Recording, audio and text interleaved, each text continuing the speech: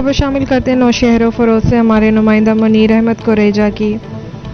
पूरे सिंध जैसे आज भी मटिहानी शहर में भी बहरिया टाउन इंतजामिया और सिंध हुकूमत के खिलाफ जस्कम पार्टी की जानिब से एलानिया शटर डाउन हड़ताल पर अमल किया गया। पूरा शहर बंद रहा, सख्त नारेबाजी करके एहतजाज किया गया। तफसीली रिपोर्ट जानते हैं हमारे नुमाइंदा मुनीर कुरैजा से। जी दूरी ते जेको आहे सो उहा बिल्डिंग हुयूं, असां इनखे सोचल सम्झल साज़िश सम्झूं था। छाजे करे त जिन्हनि खे हमिलो करणो हूंदो आहे, जिन्हनि खे दहशतगर्दी करणी हूंदी आहे, जिन्हनि खे बग़ावत करणी हूंदी आहे, पंहिंजा मासूम ॿार न खणी ईंदा आहिनि, उहे पंहिंजूं नियाणियूं न वठी ईंदा आहिनि, पंहिंजूं वधड़ियूं न वठी ईंदा आहिनि।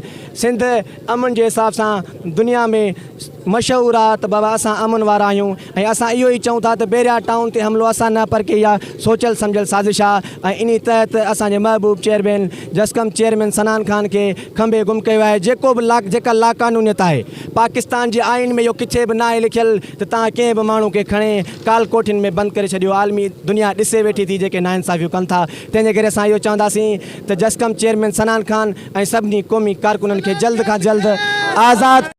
जीअं त तव्हां ॾिठो त 6 जून ते सॼी सिंध छा पर सॼी सिंध मां लखे माण्हू पंहिंजी भेनरुनि समेत पहुता।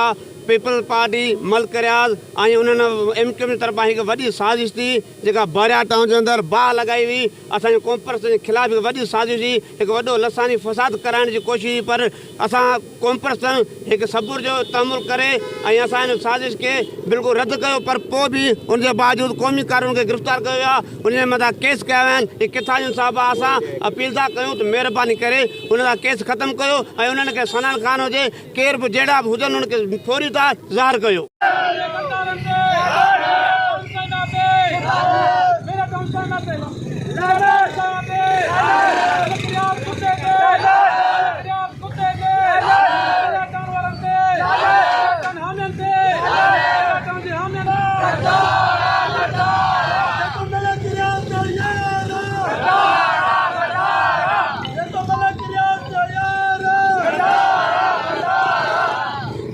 चऊं था त जेके बि असांजा क़ौमी अॻुवान आहिनि उन्हनि खे आज़ादु कयो वञे ऐं जेके बि इहे कूड़ियूं FIR कयूं वञनि। साईं जलाल महमूद शाह आहे, असांजो जस्कम जो चेयरमैन सनान खान कुरैशी आहे ऐं रियाज़ अहमद चांडियो साहिबु आहे। जेके बि आहिनि असां उन्हनि खे चऊं था त भई बराए महिरबानी उन्हनि तां केस ख़तमु कया वञनि ऐं उन्हनि खे आज़ादु कयो वञे। जे न त असां हिन दाइरो जेको बि आहे वसी कंदासीं। रहीम अदा जेको ई कॉम्प्रेस क़यादत ते केस कया विया आहिनि कूड़ा ऐं सिंधी कॉम्प्रेस कारकुननि ते, जमियत उलमा इस्लाम जे प्लेटफॉर्म तां असां हिन अमल जी मज़म्मत कयूं था ऐं मुतालबो था कयूं त कॉम्प्रेस क़यादत ऐं कारकुननि तां केस ख़तमु कया वञनि, आज़ादु कयो वञे ऐं नाइंसाफ़ी न कई वञे ऐं जिन कारकुननि ते कूड़ी FIR कई वञे थी सा उहा ख़तमु कई वञे।